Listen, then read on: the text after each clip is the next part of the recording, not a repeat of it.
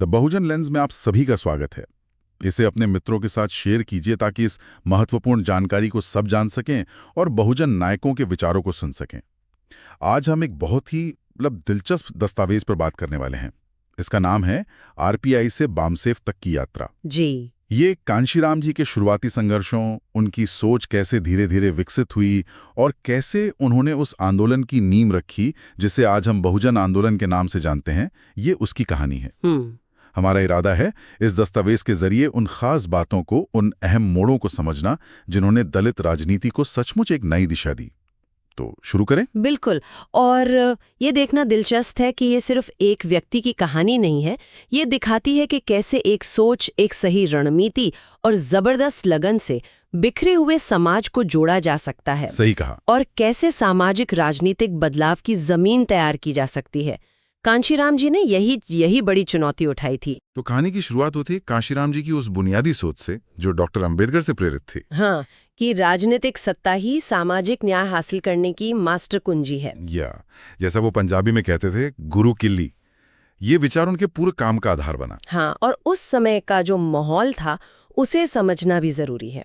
मतलब जब कांशीराम जी सक्रिय हो रहे थे, उससे पहले का दौर अगर देखें, हाँ। तो बड़ी पार्टियां, चाहे वो कांग्रेस हो या दूसरी कोई, दलितों को ज्यादातर सिर्फ एक वोट बैंक की तरह देखती थी। अच्छा। दलित समाज खुद भी, आप देखिए, अनगिनत जातियों में बटा हुआ था।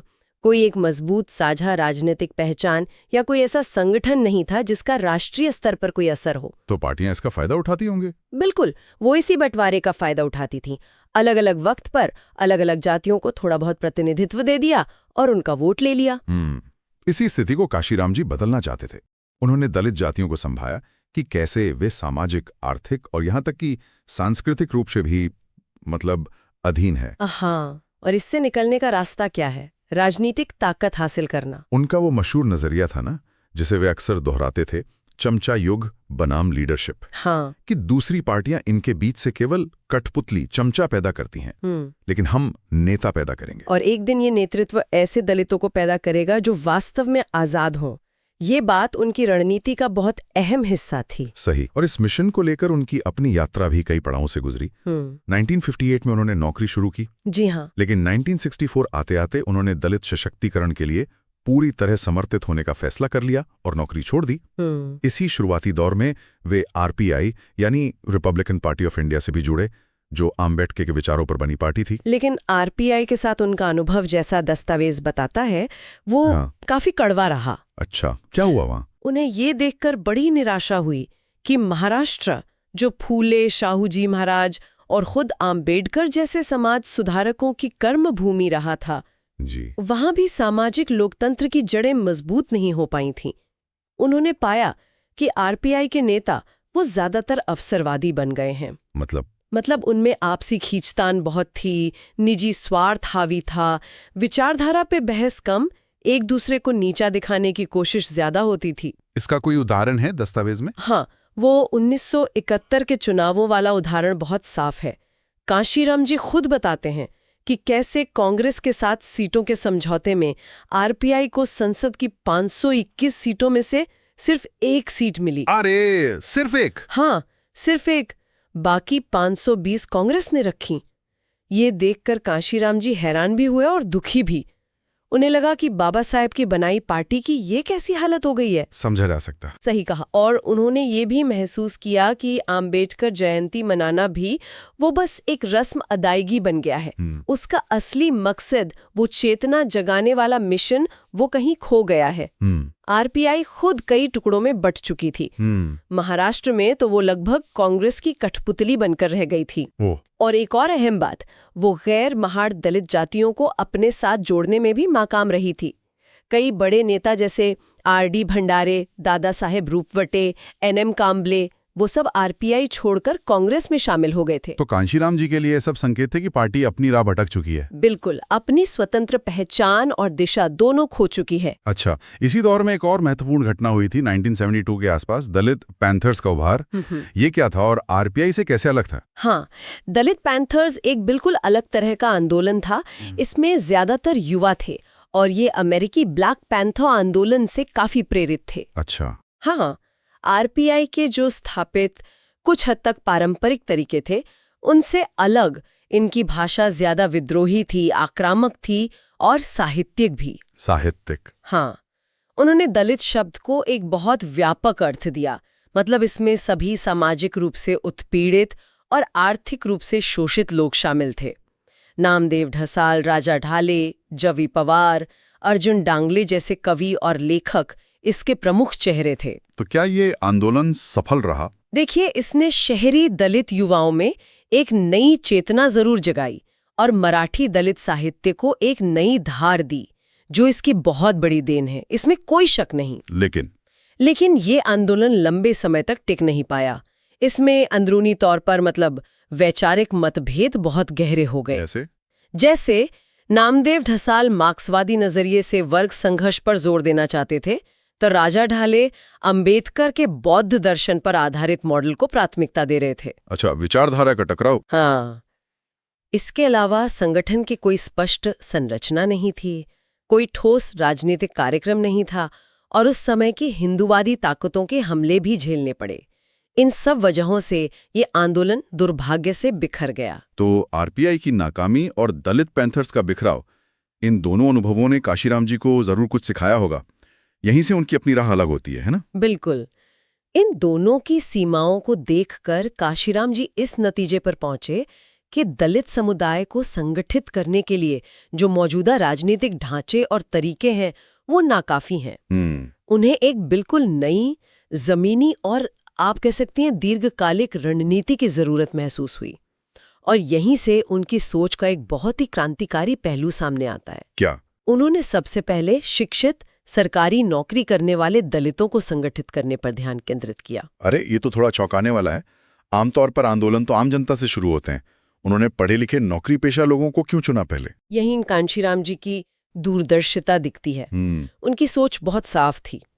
ये वो तबका था जिसे आरक्षण की नीति से सीधा फायदा मिला था। हाँ, सही। जो आर्थिक रूप से थोड़ा स्थिर था और जिसके पास बौद्धिक क्षमता भी थी। कांशीराम जी का मानना था कि यही शिक्षित वर्ग आने वाले समय में बनने वाली राजनीतिक पार्टी के लिए थिंक टैंक का काम कर सकता है। अच्छा। नेतृत्व की प्रतिभा दे सकता है और सबसे जरूरी आर्थिक संसाधन जुटा सकता है। समझे। इसी सोच के साथ उन्होंने 1971 में पूना में SC, ST, OBC और माइनॉरिटी कम्युनिटी के कर्मचारियों का एक एसोसिएशन बनाया, जिसका नाम था SMCEA। SMCA। हाँ, बाद में 1973 में दिल्ली में इसका नाम बदलकर BAMCEF, the all India backward and minority communities employees federation रखा गया। बामसेफ। और इसका नारा शिक्षित बनो, संगठित हो और संघर्ष करो तो बहुत मशहूर हुआ। जी हाँ। और ये पे बैक टू सोसाइटी का विचार भी यहीं से आया है ना? हाँ, कांशीराम जी ने डॉक्टर अंबेडकर के उस कथन को, जिसमें उन्होंने शिक्षित दलितों पर सिर्फ अपना पेट भरने की चिंता करने का आरोप लगाया था, उसे एक तरह से चुनौती दी। उन्होंने कहा कि ऐसा नहीं है। अगर इन कर्मचारियों को सही दिशा दी जाए, उन्हें उनके सामाजिक दायित्व का एहसास कराया जाए, तो वे आंदोलन की रीढ़ बन सकते हैं। और कैसे? उन्होंने उन्हें प्रेरित किया कि वे अपनी कमाई का एक छोटा हिस्सा समाज को वापस दें। पे back to society. Ambedkar ji ने तो 5% देने को कहा था। कांशीराम जी ने इसे व्यवहारिक बनाते हुए शुरुआत में कम से कम 2% देने के लिए प्रोत्साहित किया। अच्छा, ये आंदोलन के लिए आर्थिक आत्मनिर्भरता का एक अहम जरिया बना होगा।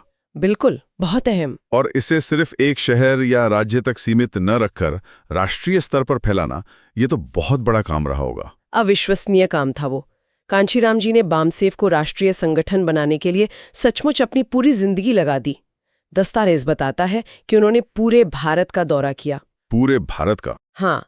अक्सर ट्रेन से सफर करते, रेलवे स्टेशनों पर रात गुजारते, दलित बस्तियों में जाकर कर्मचारियों से मिलते। उनके एक सहयोगी रामचित तूफानी याद करते हैं कि ये मुलाकातें सिर्फ भाषणबाजी नहीं होती थीं, बल्कि व्यक्तिगत बातचीत होती थी। लोगों की समस्याएं सुनी जाती थी, उनसे जुड़ाव बनाया जाता था। उनके काम करने के तरीके भी बड़े अनोखे थे, जैसे वो लोहे का बक्सा साथ रखते थे। ये क्या था? हाँ, ये बहुत दिलचस्प बात है। उस बक्से में वो बाबा साहब आम्बेडकर, संत रविदास, ज्योतिबा फूले, पेरियार जैसे बहुजन नायकों की तस्वीरें रखते थे। अच्छा। क्यों? क्योंकि उस समय बहुत से दलित खुद इन नायकों के योगदान से पूरी तरह वाकिफ नहीं थे। काशीराम जी इन तस्वीरों के जरिए उन्हें उनके गौरवशाली अतीत से जोड़ते थे, उनमें आत्मविश्वास जगाते थे। ये तो बहुत अच्छा तरीका था। हाँ, उन्होंने आम्बेडकर मेला ऑन व्हील्स जैसी चलती फिरती प्रदर्शनियां भी शुरू की। इनमें पोस्टरों और पैम्फलेट के जरिए आम्बेडकर के जीवन, दलितों पर होने वाले अत्याचारों, जैसे पानी ना पीने देना, हाँ, या कमर में झाड़ू बांधना और दूसरे नायकों की कहानियों को दिखाया जाता था। ये लोगों को शिक्षित और जागरूक करने का बहुत प्रभावी तरीका था। वो अक्सर कहते थे कि उन्होंने ये बातें अंबेडकर की किताबों से सीखी हैं और वो लोगों से भी बाबा साहब के अनुभवों से प्रेरणा लेने को कहते थे। जी बिल्कुल। पुणे के दिनों के कुछ किस्से भी हैं जो उनके समर्पण को दिखाते हैं, जैसे वो साइकिल वाला किस्सा। वो क्या था? हाँ, उनके सहयोगी मनोहर आटे बताते हैं कि एक बार पुणे में अंबेडकर प्रतिमा के पास से उनकी साइकिल चोरी हो गई। अरे! कांशीराम जी इतने व्यथित हुए कि रोने लगे और आटे को डांट भी दिया। बाद में जब साइकिल मिल गई तो खुशी के मारे फिर रो पड़े। सच में? एक साइकिल के लिए? हाँ। जब आटे ने पूछा कि एक मामूली साइकिल के लिए इतना परेशान क्यों हुए, तो कांशीराम जी का जवाब था, मेरे लिए ये साइकिल केवल लोहे का वाहन नहीं है, मेरे आंदोलन को गति देने वाला ये सबसे महत्वपूर्ण उपकरण है। जब साइकिल गायब हुई थी तो मुझे लगा कि जैसे मेरी जिंदगी खो गई। ओहो, ये दिखाता है कि उनके लिए जमीनी स्तर पर काम करने के साधन कितने अहम थे। बिल्कुल। और वो ट्रेन के डिब्बे को ऑफिस बना लेने वाला किस्सा भी उनके शुरुआती संघर्ष को दर्शाता है। हाँ, आटे याद करते हैं कि कैसे पैसों की तंगी के दिनों में वे पुणे मुंबई ट्रेन के RMS रेलवे मेल सर्विस डिब्बे को ही अपना ऑफिस बना लेते थे, वहीं बैठकर काम करते थे। ट्रेन के डिब्बे में? जी। एक रात खाना खाने तक के पैसे नहीं थे, पानी पीकर सो गए। अगली सुबह काशीराम जी को मुंबई जाना था, साइकिल में हवा भराने के 5 पैसे भी नहीं थे। 5 पैसे भी नहीं? हाँ, आटे की साइकिल में भी हवा नहीं थी। लेकिन काशीराम जी रुके नहीं, कहा चिंता मत करो, मैं पैदल चला जाऊंगा, और स्टेशन की तरफ दौड़ पड़े। ये छोटी छोटी घटनाएं उनके जुनून और प्रतिबद्धता को दर्शाती हैं। वाकई। तो इन अथक प्रयासों का नतीजा क्या निकला? बामसेफ कितना सफल हुआ? काफी सफल रहा। इन जबरदस्त प्रयासों के बाद 6 दिसंबर 1978 को बामसेफ औपचारिक रूप से दिल्ली में एक राष्ट्रीय संगठन के तौर पर स्थापित हुआ। अच्छा। उस समय तक इसके करीब 2 लाख सदस्य बन चुके थे, जिनमें डॉक्टर, इंजीनियर, वैज्ञानिक, प्रोफेसर और हर स्तर के सरकारी कर्मचारी शामिल थे। ये एक बहुत बड़ी उपलब्धि थी। 2 लाख सदस्य, ये तो बहुत बड़ी संख्या है। लेकिन बामसेफ तो गैर राजनीतिक संगठन था, है ना? इसका मुख्य काम क्या था फिर? हाँ, ये बहुत महत्वपूर्ण बात है। बामसेफ का घोषित उद्देश्य गैर राजनीतिक रहना था। इसका मुख्य काम था दलित और पिछड़े समुदायों की सामाजिक और सांस्कृतिक जड़ों को मजबूत करना। जैसे कि? जैसे लोगों में चेतना जगाना, उन्हें उनके अधिकारों के बारे में बताना, कहीं अत्याचार हो तो उसके प्रतिरोध में मदद करना, रैलियां आयोजित करना, साहित्य प्रकाशित करना। बामसेफ के तहत कई सहायक संगठन भी बनाए गए, जैसे बामसेफ दत्तक ग्रहण, जो गांव में कल्याणकारी योजनाएं लागू करवाने में मदद करता था। अच्छा। बामसेफ भाईचारा, जो शहरों में प्रवासी दलितों को जोड़ने के लिए था। बामसेफ सहकारिता, आर्थिक आत्मनिर्भरता के लिए। और जागृति दस्ता, जो गीतों और नाटकों से चेतना फैलाने वाला सांस्कृतिक मंच था। अरे वाह, मतलब ये एक पूरी बहुआयामी रणनीति थी। बिल्कुल। बहुत सोची समझी। तो बामसेफ ने जमीन तैयार कर दी, लेकिन कांशीराम जी का अंतिम लक्ष्य तो राजनीतिक सत्ता था। हाँ। बामसेफ के सदस्य तो सीधे राजनीति में हिस्सा नहीं ले सकते थे, क्योंकि वो सरकारी कर्मचारी थे। तो अगला कदम क्या था? एकदम सही पकड़ा आपने। बामसेफ ने बौद्धिक और आर्थिक आधार तो बना दिया, लेकिन चुनावी राजनीति के लिए वो नाकाफी था। कांशीराम जी को जल्द ही ये एहसास हुआ कि आम जनता को राजनीतिक रूप से लामबंद करने और चुनावी राजनीति की तैयारी के लिए एक और मंच की जरूरत है। और यहीं पर DS4 यानी दलित शोषित समाज संघर्ष समिति का जन्म हुआ। बिल्कुल। इसी जरूरत को पूरा करने के लिए बामसेफ की स्थापना के ठीक 3 साल बाद 6 दिसंबर 1981 को DS4 यानी दलित शोषित समाज संघर्ष समिति की स्थापना की गई। तो ये क्या था? क्या ये राजनीतिक पार्टी थी? सीधे तौर पर नहीं। ये पूरी तरह राजनीतिक पार्टी नहीं थी, लेकिन इसकी गतिविधियां बामसेफ की तुलना में कहीं ज्यादा राजनीतिक थीं। इसका मुख्य मकसद था आम दलित शोषित जनता में राजनीतिक चेतना जगाना और उन्हें भविष्य की राजनीतिक लड़ाई के लिए तैयार करना। और इसमें सरकारी कर्मचारी सदस्य नहीं बन सकते थे? नहीं, ये आम लोगों का संगठन था। DS4 के काम करने का तरीका भी बहुत अलग और जोशीला बताया जाता है। वो साइकिल रैलियां। हाँ, DS4 का काम करने का तरीका बहुत जमीनी और ऊर्जावान था। इसके कार्यकर्ता, जिन्हें मिशनरी कैडर कहा जाता था, साइकिलों पर नीला झंडा लगाकर गांव-गांव जाते थे। साइकिलों पर? हाँ, वे काशीराम और दूसरे बहुजन नायकों पर बने गीत गाते, नुक्कड़ नाटक करते और बहुत जोशीले नारे लगाते थे। नारे? जैसे? इनमें से एक नारा जो बहुत विवादित भी रहा और बहुत चर्चित भी, वो था तिलक, तराजू और तलवार, इनको मारो जूते चार। ओहो, ये तो काफी तीखा नारा था। नया आत्मविश्वास और जोश भर दिया। कांशीराम जी खुद भी इन कार्यकर्ताओं के साथ घुल मिल जाते थे, उनके साथ गाना गाते थे। और फिर वो विशाल साइकिल रैलियां जिन्होंने पूरे देश का ध्यान खींचा। हाँ, वो DS4 की शायद सबसे बड़ी उपलब्धि मानी जा सकती है। 1983-84 में DS4 ने देश के अलग-अलग कोनों से, मतलब कन्याकुमारी से, कारगिल से, कोहिमा से, जगन्नाथपुरी और पोरबंदर से विशाल साइकिल रैलियों का आयोजन किया। अलग-अलग कोनों से एक साथ? जी हाँ, ये सारी रैलियां हजारों किलोमीटर का सफर तय करके 15 मार्च 1984 को दिल्ली के बोट क्लब पर इकट्ठी हुई। दिल्ली में कितने लोग आए होंगे?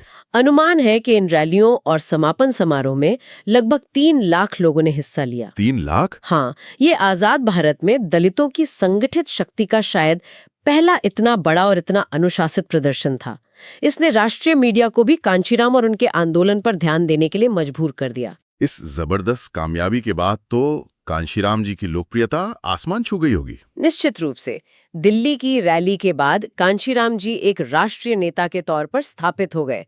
उनके पास सभाओं और कार्यक्रमों के लिए देश भर से निमंत्रण आने लगे।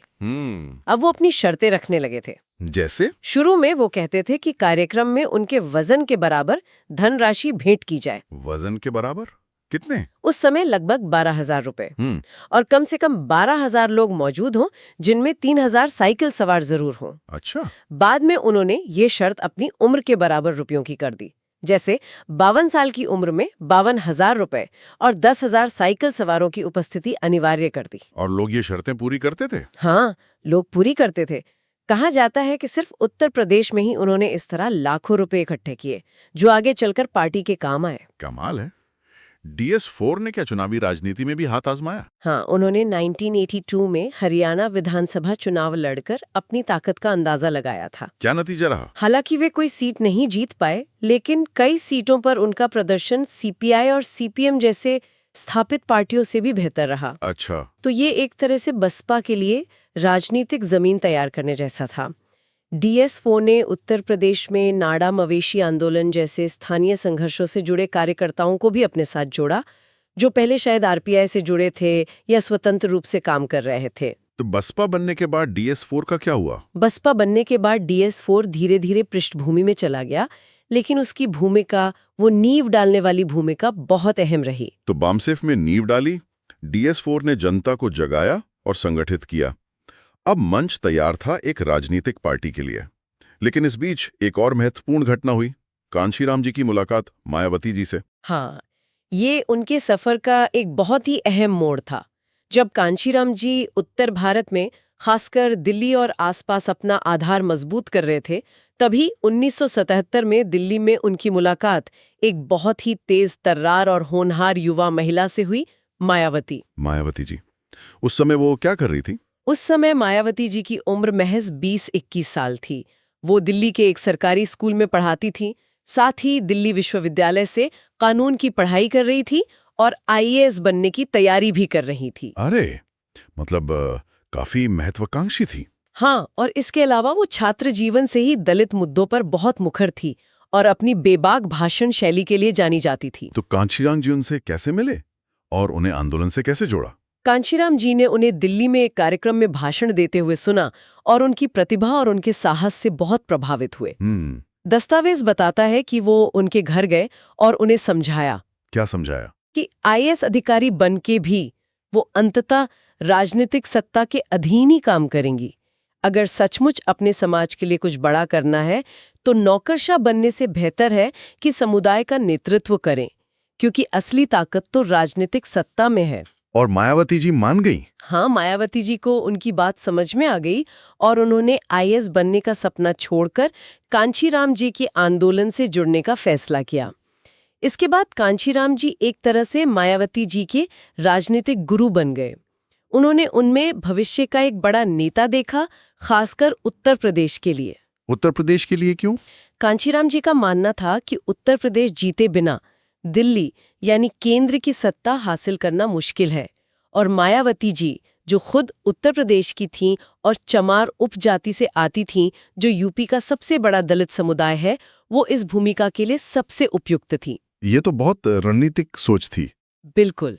काशीराम जी ने बाद में कई बार मायावती जी के शुरुआती दिनों के संघर्ष और मेहनत की तारीफ भी की है, जब उन्होंने साइकिल पर गांव-गांव घूमकर बसपा का संदेश फैलाया था। ये एक तरह से आप कह सकते हैं रणनीतिक उत्तराधिकार का चुनाव था। तो अब सारी कड़ियां जुड़ती दिख रही हैं। बामसेफ का तैयार किया हुआ बौद्धिक और आर्थिक आधार, हाँ, DS4 द्वारा जगाई गई जनचेतना और संगठन, जी, और मायावती जी जैसा एक उभरता हुआ नेतृत्व। बिल्कुल। अब काशीराम जी अपनी दशकों की मेहनत और तैयारी के अंतिम और सबसे निर्णायक पड़ाव पर पहुंच चुके थे। और वो पड़ाव था दिल्ली की उस ऐतिहासिक साइकिल रैली के ठीक 1 महीने बाद, बाबा साहेब अम्बेडकर की जयंती के शुभ अवसर पर 14 अप्रैल 1984 को उन्होंने बहुजन समाज पार्टी बसपा के गठन की घोषणा की। बसपा 14 अप्रैल 1984। हाँ, ये उनकी आरपीआई से बामसेफ तक की यात्रा का चौथा और सबसे महत्वपूर्ण चरण था, जिसने भारतीय राजनीति, खासकर उत्तर भारत की राजनीति की दिशा हमेशा के लिए बदल दी। तो हमने देखा कि काशीराम जी की ये यात्रा कितनी लंबी, कितनी सोची समझी और कितनी चरणबद्ध थी। मतलब पहले आरपीआई के कड़वे अनुभवों से सबक लेना, फिर बामसेफ के जरिए पहले पर्दे के पीछे रहकर शिक्षित वर्ग को जोड़ना और संसाधन तैयार करना। सही। उसके बाद DS4 के माध्यम से सड़कों पर उतरकर आम जनता में जोश भरना और राजनीतिक माहौल बनाना। जी हाँ। और तब जाके एक मजबूत नींव पर बसपा जैसी राजनीतिक पार्टी खड़ी करना। कमाल की रणनीति थी ये तो। वाकई उनकी रणनीति अपने आप में अनोखी थी। आमतौर पर लोग क्या करते हैं, पहले पार्टी बनाते हैं, फिर संगठन खड़ा करने की कोशिश करते हैं। हाँ, अक्सर ऐसा ही होता है। काशीराम जी ने इसका ठीक उल्टा किया। उन्होंने पहले जमीन तैयार की, लोगों को वैचारिक रूप से जोड़ा, संगठन बनाया, सांस्कृतिक तरीकों से जैसे गीत, नाटक, मेले, चेतना फैलाई। और जब उन्हें लगा कि आधार मजबूत हो गया है, तब उन्होंने सीधे चुनावी राजनीति में कदम रखा। वो साइकिल रैलियां, व्यक्तिगत संपर्क, छोटी छोटी बैठकें, नायकों के प्रतीकों का इस्तेमाल, ये सब दिखाता है कि उन्होंने जमीनी स्तर पर कितनी गहराई से काम किया। ये पूरी प्रक्रिया वाकई हमें बहुत कुछ सोचने पर मजबूर करती है। बिल्कुल। और यहीं पर शायद आज के लिए हमारा सबसे बड़ा सवाल या विचार बिंदु छिपा है। क्या? कि कांशीराम जी की ये जो व्यवस्थित, चरणबद्ध और दीर्घकालिक रणनीति थी, जिसमें सीधे राजनीतिक मुकाबले से पहले सालों तक चेतना निर्माण, संगठन साजी और संसाधन जुटाने पर जोर दिया गया, उसने न केवल दलित राजनीति को बल्कि भारत के पूरे राजनीतिक परिदृश्य को किस तरह प्रभावित किया। और क्या आज के सामाजिक आंदोलनों जो बदलाव लाना चाहते हैं के लिए कांशीराम जी के इस मॉडल में कोई प्रासंगिक सबक छिपे हो सकते हैं? बहुत महत्वपूर्ण सवाल है ये, इस पर सोचिएगा जरूर। इसी विचार के साथ आज के लिए बस इतना ही। धन्यवाद। धन्यवाद।